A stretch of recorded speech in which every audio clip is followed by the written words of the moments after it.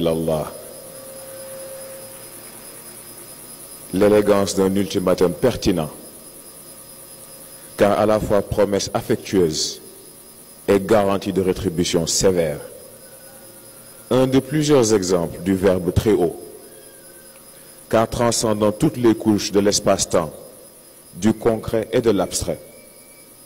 Un exemple éclatant de la vérité absolue, n'ayant guère de considération pour les perceptions égoïstes, fragiles et médiocres des serviteurs malgré eux. Remontons plutôt à l'origine de l'épreuve qui nous est octroyée par la grâce divine. Inni jahidu fil ardi khalifa. Un héritage lourd à l'héritier inconnu et sans historique. Un fardeau plus que légendaire, car même les cieux, dans leur sagesse, dans leur vaste sagesse, se présentent en contestation. Dans leur désespoir, ou pour certains, leur arrogance, ont-ils tous négligé l'extrême indépendance de la vérité absolue, ne dépendant ni de leur perception, ni de leur sensibilité ou de leur intérêt. Elle ne répond que de la volonté supérieure.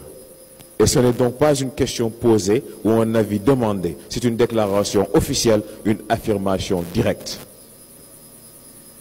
Il semble cependant qu'à travers les âges et les marées des événements, que cet être choisi se contente du confort, de la garantie apparente de son succès, prédéterminé, oubliant trop facilement le contrat forgé solennellement. Alastu bi rabbikum qalu bala. Cet être à l'image de son créateur, doté d'esprit, de volonté et d'un potentiel évolutionnel illimité, s'offrant sans réserve à la merci et à la miséricorde du Très-Haut. La beauté d'un choix fait sans contrainte, menace ou corruption. Telle est la nature de ce pacte céleste, une promesse qui retentira à travers la création. Surprenant donc, n'est-il pas, quand on trouve parmi les choisis ceux ayant l'hubris de dévier de leur chemin au nom d'intérêts éphémères et futiles, man ansari ilallah, au nom de folie et de distractions révoltantes et dégradantes, man ansari ilallah, au nom de fausses vérités, de leur propre fabrication et manipulation, man ansari ilallah. Il devient donc urgent et impératif de tirer une ligne dans le sable de notre conscience collective.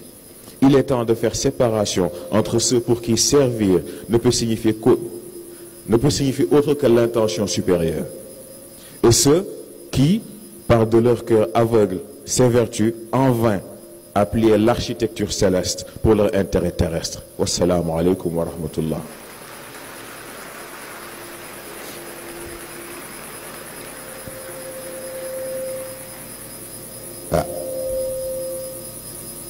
Yàlla xam na ni day